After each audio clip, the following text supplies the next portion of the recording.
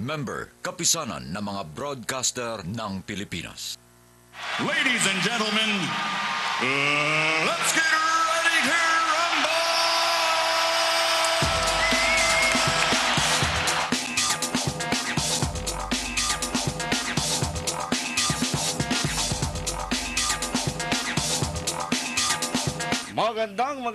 Magandang gabi Pilipinas, Luzon, Visayas at Mindanao.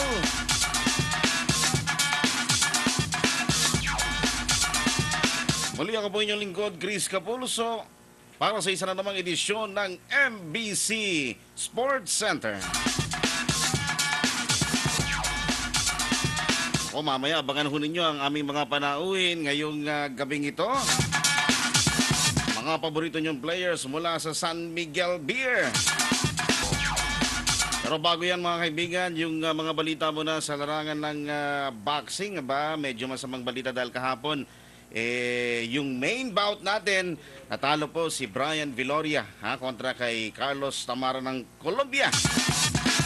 Nako, kung na-survive lang ni Brian Viloria pala yung 12th round at kung pupunta sa scorecard yung desisyon, panalo pala dapat si Brian Viloria via split decision. Kaya lang ano nangyari? Okay na po sa conditioning. And to think noong Friday, noong sa weigh-in, noong Friday, alam ko nandun si Roel Vidal Tama-tama lang yung timbang ni Brian Viloria pagkatapos yung kalaban si Tamara. Sumobra pa at nagpapawis pa, kinailangan yata ng isang oras pa para magpababa ng timbang.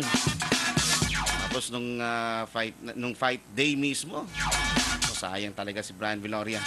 Nako dun sa mga hindi ko nakakaalam, si Brian Viloria, nako-confuse kasi ibang mga kagawad ng media. Una pong sinugod sa San Juan de Dios Hospital. Kaya lang kaagad pinull out, dinala sa Makati Medical. Dahil ang malaking balita po dyan sa San Juan de Dios Hospital, mas inuna pa ang pagpapadala ng bill, hospital bill, kay Brian Viloria kaysa asikasuhin yung mama, yung boksingero. Naku, galit na galit yung mga sports official. Inilipat kaagad ng Makati Medical Center itong si Brian Viloria. Ayun, at least girlfriend pala nito ay nurse, Pambihira yung San Juan de Dios, Ang tawag ho dyan ng mga kasamahan natin, The Butcher's Hospital. Marami daw kasi namamatay dyan. Hindi pa nalalagay sa operating room, namamatay na.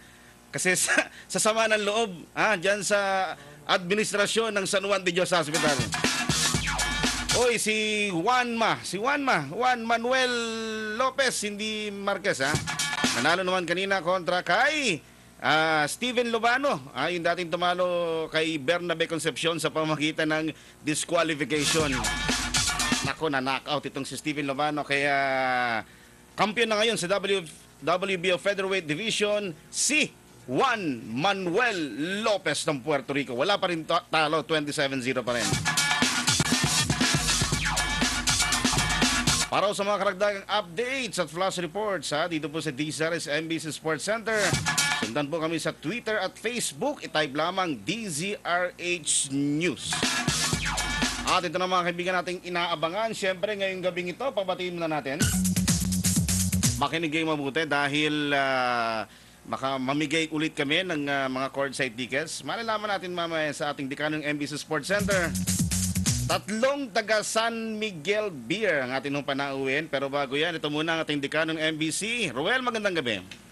Magandang gabi, Chris, at magandang gabi sa lahat ng tagapakinig natin sa buong Pilipinas. Lalo na siyempre ang kababayan kong taga-Antipolo. Uy, mga taga-Antipolo, Oo, yeah. Malakas ba tayo dun sa Antipolo? Oo, lagi akong binabati sa programa natin. Pareho, hindi lang sa radyo, sa 666 AM dial, kundi pati dun sa Dream Cable Channel 10. Lagi tayong binabati. Dream Cable Channel 10. Oo. Yung mga kaibigan ko sa Santa Barbara, Iloilo, nagte-text lagi dito, napapanood tayo. Hindi lang sinasabi ko anong channel. Sana sinasabi niyo channel para mabanggit naman namin kung saang channel kami napapanood dyan sa Santa Barbara, Iloilo, Sino yung guest natin ngayon, Ruel? Chris, mukhang San Miguel Beer Day tayo ngayon dahil ang guest nga natin. Beer Day, ha? Oo, talagang puro San Miguel ang guest natin. Kasama natin, una, introduce ko muna, itong nasa tabi ko. Isa sa former FEU Tamaraws champion team member siya. Dati, one of the most promising point guards sa PBA. Pero ngayon, one of the best point guards sa PBA, Chris. Finals MVP nung nakaraang Fiesta Cup na nag-champion ng San Miguel Beer. Pride of Bukawi, Bulacan. Kasama Nagulat ako natin. sa performance niya. Oo, kasama natin si Jonas Villanueva. Jonas, magandang gabi. Good evening. Magandang gabi sa mga nakikinig at saka sa mga taga San Miguel fans, sa mga taga Bulacan. Okay. Bulacan. Kababayan pala to ng misis ko, Bulacan. Ha? Oo, mahihayin si Jonas. Hindi ka mukha sa laro, bigay na bigay. Hindi katulad ng misis ko, hindi mahihain. Taga Bulacan. Kasama rin natin, Chris. Isa sa pinakapopular na basketball player sa Pilipinas. Kababayan ko kaya tayo. Hindi, iba. Pride of Cebu. Cebu. Hindi Ilonggo. Winning time former national player. Isa sa mga stars ng San Miguel Beerman. Grabe Kasama natin. Sa pulso. Grabe sa outside shooting. Kasama natin si Dondon Hontiveros. Dondon, magandang gabi. Magandang gabi naman. Salamat sa pag-invite namin dito and sa mga nakikinig. Magandang gabi at sa mga taga Cebu. Mayong gabi ninyo din tanan. Happy Fiesta last week. Uy, oo nga pala. Sinulog. Fiesta. Pero sa mga taga Cebu, nakikiramay kami dahil si Press Secretary Serge, ating mabuting kaibigan, pagkatapos ng Sinulog Festival, Monday, Tuesday, Anyway, taga Cebu, ibig sabihin, marami talaga magagaling at mababait na tao. Taga Cebu, dahil si Press Secretary, taga Cebu yan ha? Oo. May kulang pa tayo sa Rowell, kaya mamaya ang tabayanin tabayanin natin. So, along the way na raw, tumawag si Arwin Santos. Arwin Santos? Mga taga Las Piñas, Rowell. Inuulit ko, mga taga Las Piñas, kailangan pa bang i-memorize? Channel 9 po tayo sa cable link. Ano pa? Sa Sun Cable, Channel 25 naman tayo. Sinabi ni Rowell, Dream Cable, Channel 10. Automatic na po yan. At sa iba't ibang mga stasyon sa buong Pilipinas, depende po sa inyong cable provider. Rowell, paano natin ito? Paano natin ilalagay sa hot seat itong mga ito? Pati ba yung mga tinatago mong mga personal na tanong? Tatanong mo ba sa dalawang ito? Hindi, mga kaibigan na ito. Tsaka kinausap na ako kanina. Akala ko ba? Karami yung basketball pag-usapan natin. Sige, Rowell. So, simulan natin siguro kay Jonas na dito sa tabi ko. Jonas, alam ko nag-FEU ka nun eh. So, paano ka ba na-discover papunta sa PBA? Nag-start ako doon sa San Beda grade school and first year high school. Then nagpunta ako ng States, doon ako nagtapos ng high school. Then pagbalik ko dito ako nag-college sa FEU.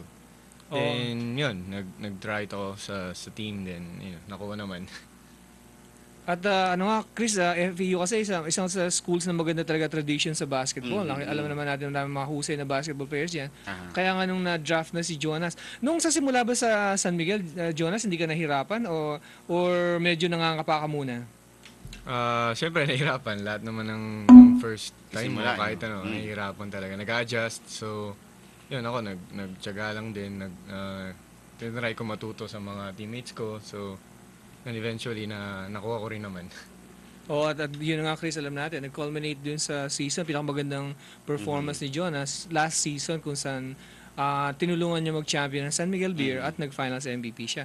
Baling naman natin kay Dondon siguro ngayon. Dondon, ikaw naman, paano ka nagsimula? Alam ko medyo veterano ka na. Nagsimula ka pa nga sa Cebu Gems. Paano ka ba na-discover sa basketball?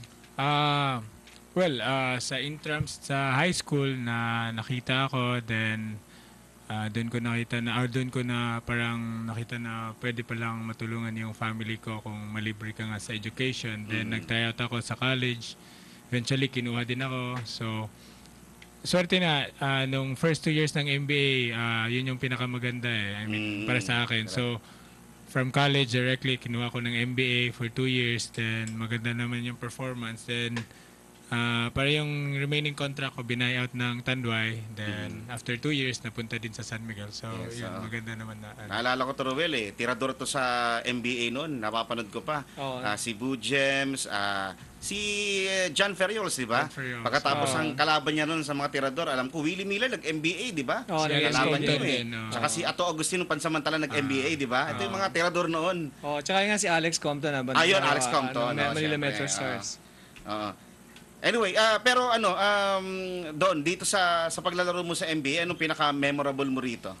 Nung umabot kami ng finals, kasi even the first year, parang expected na kaming pumasok sa finals. Tapos, di kami pumasok ng second year. Maganda dahil Manila versus Cebu. So parang magandang parang yung nakikilala kami ng mga tao. Then siguro magandang break din yun para sa akin eventually na makapunta ng PBA.